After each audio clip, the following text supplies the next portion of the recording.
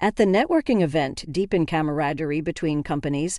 As soon as Mr. Adams spotted my wife and me, he began uttering unbelievable remarks.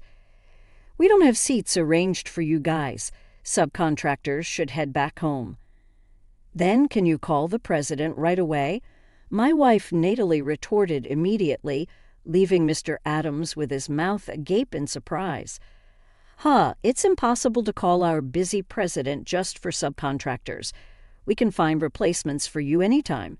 If you can't call the president, we'll be leaving." Then, as Natalie grabbed my arm, we headed for the exit. President Parker, the president of the contracting company, appeared upon hearing what had happened. His face turned pale, and eventually he began to tremble violently. "I'm Alex. I'm 42 years old, living happily with my beloved wife, Natalie. I run a manufacturing factory that produces mechanical parts, which was originally owned by my father-in-law. I met Natalie during our college days. Having been fascinated by machinery since childhood, I pursued mechanical engineering in college. I was burning with youthful hope in my heart, wanting to create something new that would shape the society of the future. However, reality wasn't as straightforward, with experiments mostly ending in struggles.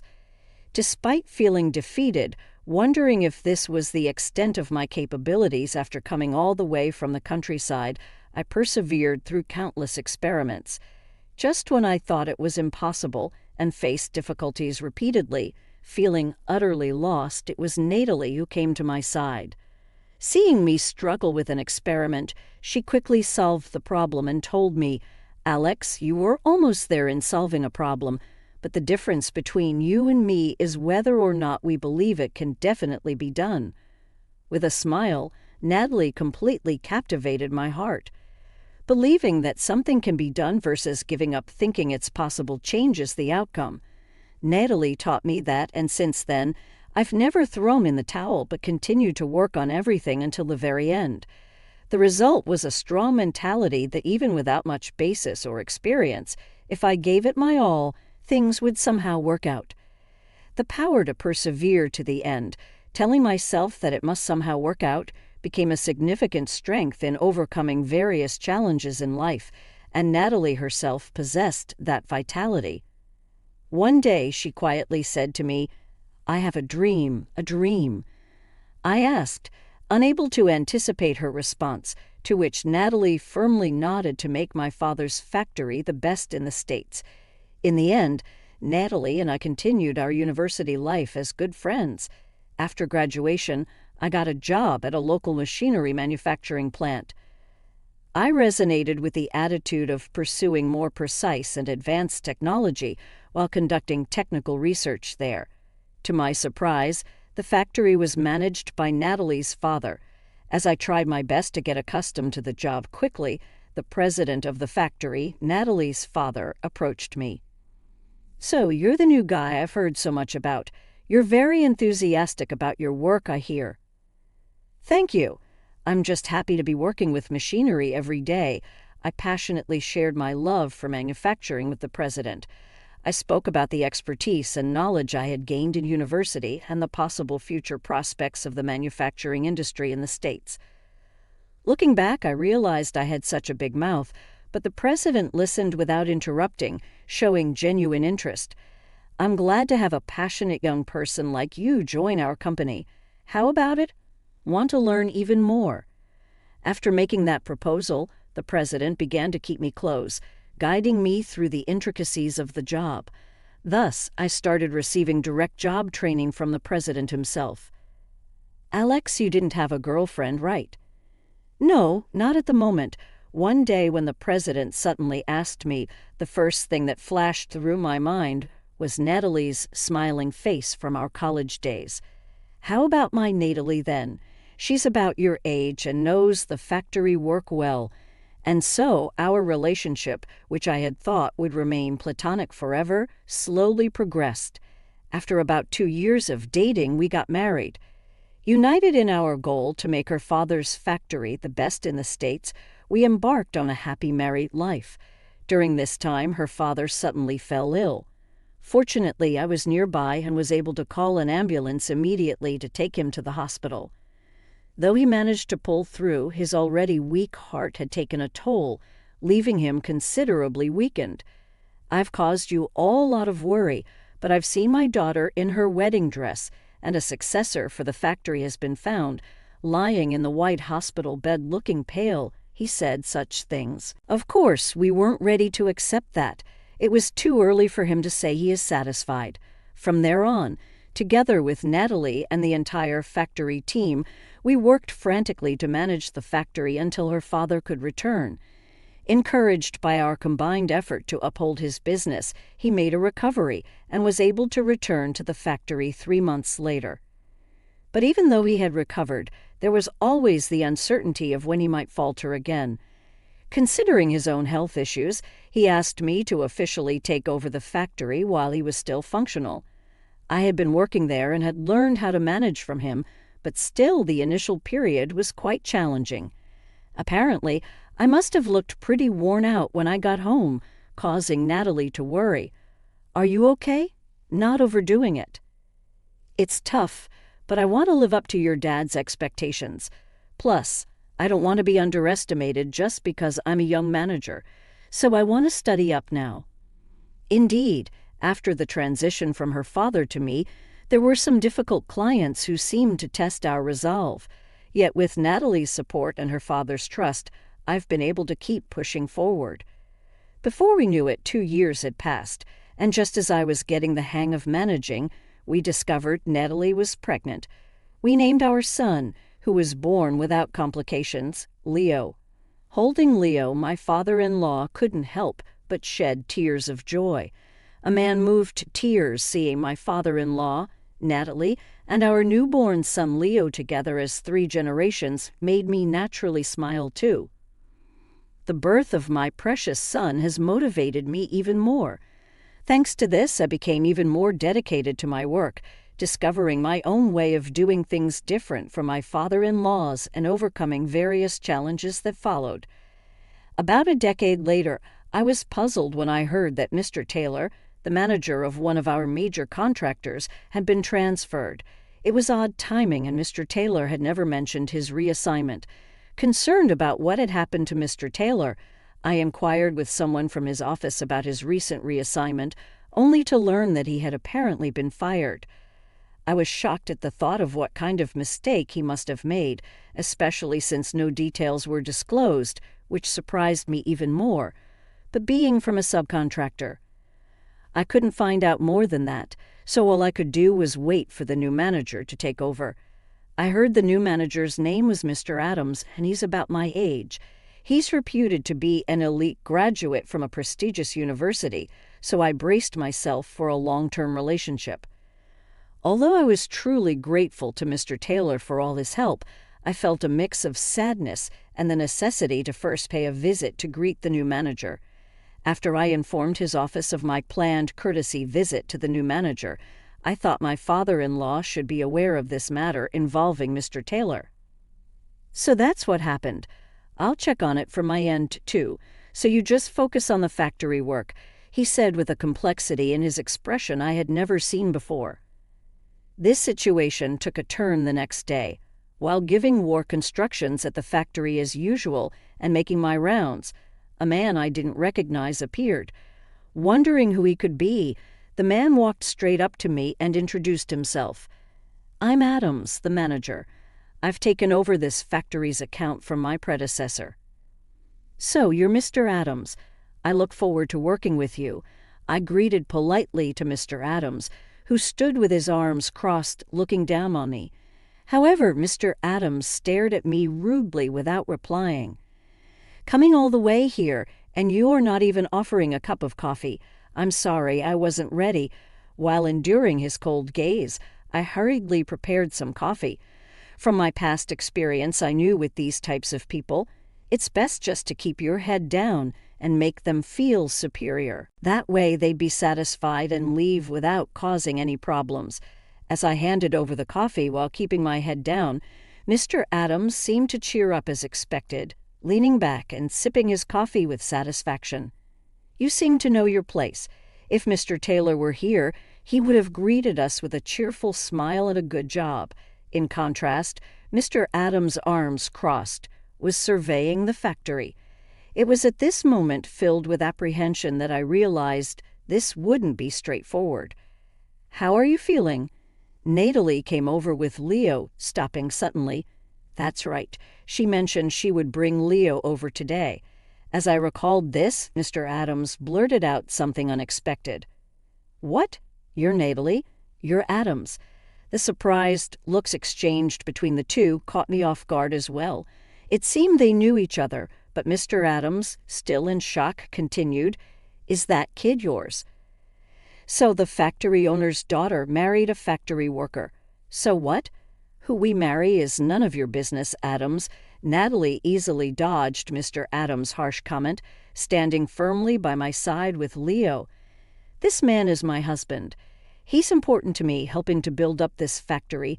Leo innocently showed me his elementary school quiz, looking for praise, while I smiled and complimented Leo. I was taken aback by Mr. Adams' reaction.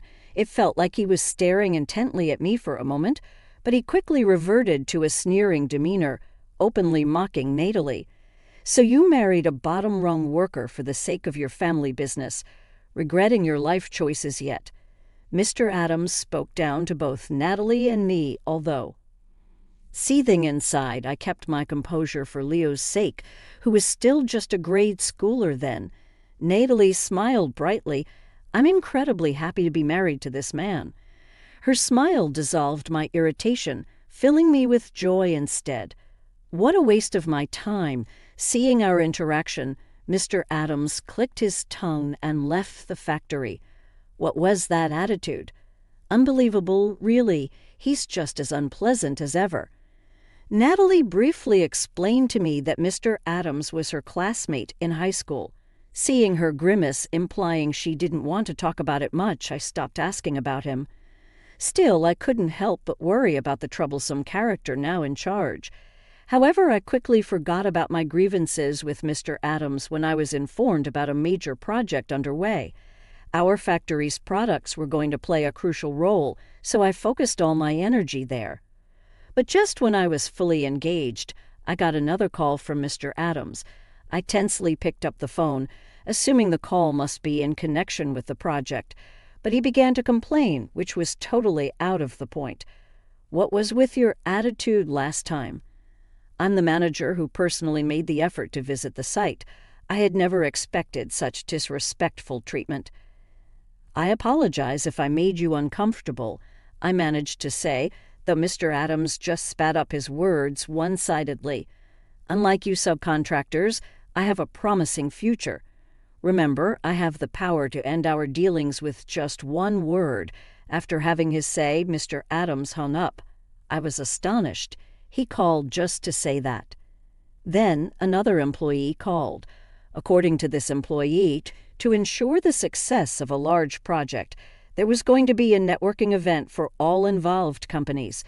Mr. Adams was supposed to inform us, but after his abrupt end to the call without mentioning it, this employee hurriedly contacted me to confirm our attendance. Without this call, I would have missed the networking event entirely. I thanked the employee and confirmed our schedule. Though I was free, the thought of facing Mr. Adams at the event made me sigh.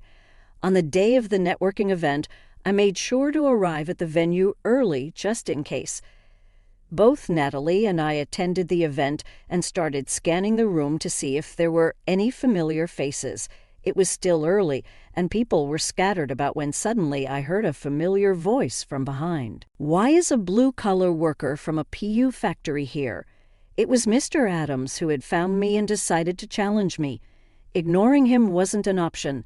He looked us over, sneering and laughing dismissively. "Why on earth are two of you here? Don't you realize you're out of place? Today's gathering is for the executives of respectable companies, not for subcontractors like you." Mr. Adams' loud laughter drew the attention of people around us. Trying to escape the awkward situation, I offered him a forced smile. "Excuse me, I need to greet some other people. I'm not done talking to you yet. We tried to dodge Mr. Adams, but it seemed he was determined not to let us go easily. Caught in a difficult situation, Mr. Adams approached me, looking down with an ugly smirk, and declared, "There's no seat prepared for you guys. Subcontractors should head home." "Then could you call the president right now?" Natalie retorted on the spot, leaving Mr. Adams gaping with wide eyes. There's no way I can call the busy president just for a small subcontractor. There are plenty of others to take your place. You're saying you can't call the president. Then we'll have to step down from the project." With that, Natalie took my arm and we started heading for the exit. Mr. Adams, looking smug as if he had successfully sent us packing, showed no sign of wanting to stop us. That's when it happened. Alex, the one who called out to me with a puzzled look, was President Parker, the president of the contracting company. I stopped in my tracks and offered a handshake to President Parker. "President Parker, you've arrived early. I heard you were coming, so I thought I'd drop by to catch up with you and ask for any updates." He likely referred to my father-in-law. I knew that my father-in-law and President Parker have been acquaintances for over 30 years since the establishment of the company. But since my father-in-law fell and I took over, the opportunities to meet had dwindled. "But why are you leaving the networking event? It's just about to start." Actually, I explained everything to President Parker, despite thinking it might be futile. I wasn't particularly close to President Parker, and after all, I was just a subcontractor. It wouldn't have been surprising if he had just laughed it off. But I was hoping for the long-standing friendship between him and my father-in-law to make a difference. As I spoke, President Parker's face turned pale, and he began to tremble. "I'm so sorry. This is entirely Adams's fault. I'll discipline him in a way that satisfies you. Please don't leave." President Parker's desperate attempt to keep us there surprised not only us. "But what are you doing, President?" "These two are just a low-level small subcontractor who lacks any respect for their client companies." "And what are you talking about? Haven't you read the documents for this project?" Mr. Adams, who had been laughing and talking, was immediately struck by President Parker's sharp response. He clearly hadn't anticipated being scolded himself, leaving a gaping Mr. Adams behind. President Parker clung to my hand. "Alex, you can do as you please, and I won't hold you responsible. So please continue with the project. Then I'll take you up on that offer." I waited until President Parker nodded firmly. "What about the networking event then?" "We'll be leaving for today. We need to discuss our strategy, including the possible diversion." At my words, President Parker looked down, clearly disappointed. "I'm really sorry about this whole situation." Once again, we shook hands with President Parker. Natalie and I finally left the venue. As we were leaving, President Parker handed me a small note. On it was the name and phone number of the former manager, Mr. Taylor. I decided to call this number as soon as we got home. Of course, I also had to report this incident to my father-in-law. As we hurried away, the sound of Mr. Adams being sternly reprimanded echoed behind us. The next day, Mr. Adams stormed into my factory, face red with anger. "Hey, bring out Alex." "What's the meaning of this?" he started yelling. After I received a call informing me that Mr. Adams was at the factory, I met with him in the reception room where his face was twitching with rage. "What do you mean the project can't proceed without your factory's parts?" "That information was detailed in the documents beforehand. You decided we were unnecessary and sent us away after reading those, right?" Surprised by my retort, Mr. Adams fell silent. Being silenced by just one comeback seemed to reveal his fragility more than expected. "If that's all you had to say, could you please leave?" I pointed towards the exit, but Mr. Adams weakly shook his head. "Listen," I was told by the president. "Is it true you're not participating in this project? Our president and your former president are good friends, right? Think it over." After discussing with the former president, we decided to terminate this contract. There are plenty of other subcontractors like us, aren't there? At my words, Mr. Adams turned pale and started sweating profusely. I knew exactly why he was so desperate. Without our factory, the project itself wouldn't stand a chance. The project was actually predicated on using a product for which I hold a patent. The difference in management direction I took from my father-in-law was acquiring that patent. Besides managing the factory daily, I had been working on prototypes of a product I started researching in college. With Natalie's help, who studied with me at the same university, it took us 2 years to finally succeed in its development. Our unique patented product not only contributed to the factory's profits, but also led to an upward trend in our financial situation. Hearing about our reputation, this project was put together. In other words, without our product, the large project would go back to the drawing board. Mr. Adams, despite being a participant in the project, was apparently unaware of the situation. Had he thoroughly read the documentation, he would have understood the importance of our factory, but he probably skipped over it, thinking it was just another simple job because we were subcontractors. Don't you have any sense of responsibility? If this project fails, what will you do? If it comes to that, I suppose I'd have to take responsibility. But no worries, we've already signed with another company. Mr. Adams gasped for air and widened his eyes at my words. Actually, on the day of the networking event, I called the contact number President Parker gave me for Mr. Taylor. Then I found out Mr. Taylor had started a new company. Actually, I'm receiving support from President Parker. Would you consider signing a contract with us? Mr. Taylor, who reached out to us for a contract, kindly explained what had happened when he left his previous job. It turns out Mr. Adams had been habitually harassed by Mr. Taylor, and he made an initial report of such misconduct to the higher-ups. However, a faction within the company that favored Mr. Adams, led by a vice president, squashed Mr. Taylor's complaints.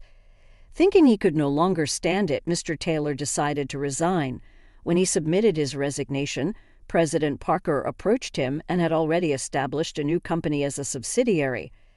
President Parker, too, was fed up with the vice president's faction and their schemes, but their influence reached deep into the company core, making it difficult for even the president to turn things around. So they gradually transferred talented employees like Mr. Taylor to the subsidiary. In light of the current situation, President Parker endorsed my factory, which produces indispensable parts, to Mr. Taylor's company. I decided to contract with Mr. Taylor's company moving forward. Explaining this, Mr. Adams turned red with rage. Are you kidding me? If this project isn't realized, then we're losing millions. Just sign a contract with us, quick. But Mr. Adams, you were the one who discarded us, right?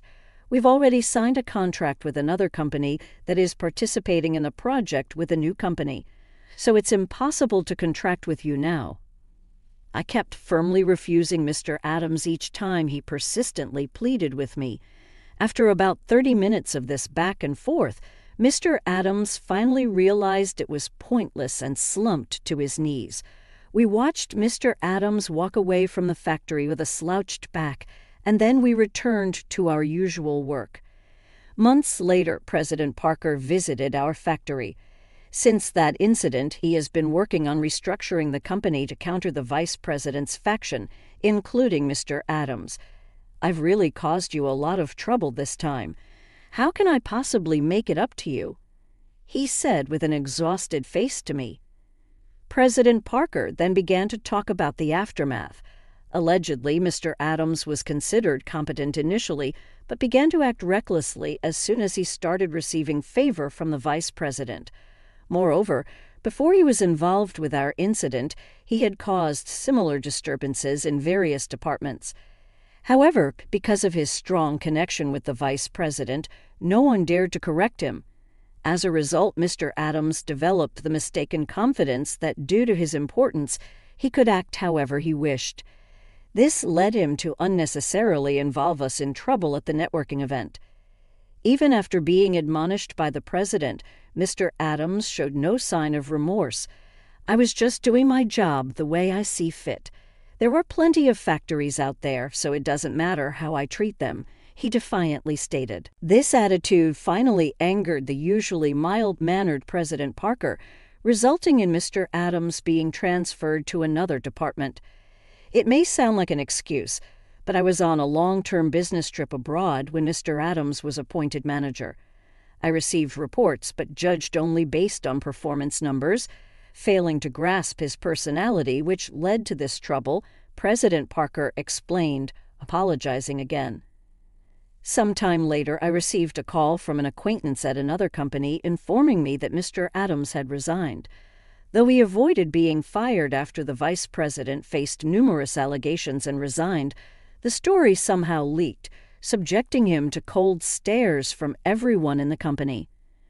Moreover, he was transferred to a section where he is tasked to compile the company's history, essentially a menial job with no significant responsibilities. Obviously, it's a task to gently kick him out. Feeling unable to endure such a position, Mr. Adams voluntarily resigned. He might have had a difficult personality, but he was smart. Natalie commented upon hearing the news, acknowledging Mr. Adams' capabilities. He had made significant achievements to be recognized as a manager by President Parker, at least on paper. It seems Mr. Adams' promotion led to overconfidence, culminating in this debacle. Perhaps it was my presence that spurred his actions, I speculated. It turns out Mr. Adams, who was a classmate of Natalie's in high school, had feelings for her. In his misguided attempt to gain her attention, he repeatedly demeaned a factory owned by Natalie's father, ultimately causing Natalie to detest him. "I told him, 'Don't ever talk to me again. I don't even want you near me,'" she recalled, marking the end of their relationship. Just as Natalie declared, there was no contact from Mr. Adams after high school graduation. Yet, after becoming a professional and learning that his company did business with Natalie's factory, he, filled with confidence from his position as a manager, tried to reach out to her. But she was already married to me with a grade school child, which probably threw off his expectations. "It's really childish and annoying that he would harass you out of jealousy. I'm sorry for causing you trouble," Natalie said, apologizing with her hands together. But of course, I wasn't mad at all. Instead, I felt reassured by Natalie's decisive handling of the situation, feeling strong that together we could overcome anything the future might hold for the factory. Months later, after Mr. Adams resigned, reputedly he was struggling to find new employment due to the rumors of this debacle. Facing rejection after rejection, with his savings depleted and forced out of his home, Mr. Adams fell into poverty. Working day labor jobs while in debt to cover living expenses, juggling multiple jobs but having to bow to younger supervisors bruised his pride. Eventually, unable to hold down any job for long, he kept moving from one job to another. Now, with any small amount of money he gets, he spends his days drowning in cheap liquor, drawing complaints from other residents in his low-cost apartment. The day he hits rock bottom might not be far off. On the other hand, I am still working with my factory team as an owner. Our relationship with a new company led by Mr. Taylor is flourishing, engaging in ambitious dealings that leave us satisfied. President Parker's company is slowly returning to a healthy state, and we look forward to the day we can resume our transactions, a hope shared with my father-in-law. Furthermore, with Leo becoming a middle schooler and gaining independence, Natalie has more time to help out at the factory. For my family and the precious factory, I am committed to doing all I can, confident that together we can face any new challenges. Even if new problems arise in the future, I'm sure we can overcome them with everyone's support. Someday we'll achieve Natalie's dream of making this factory the best in the States. With this hope in my heart, I step into the factory today, believing that if we tackle it with a mindset that we can do it, success will surely follow.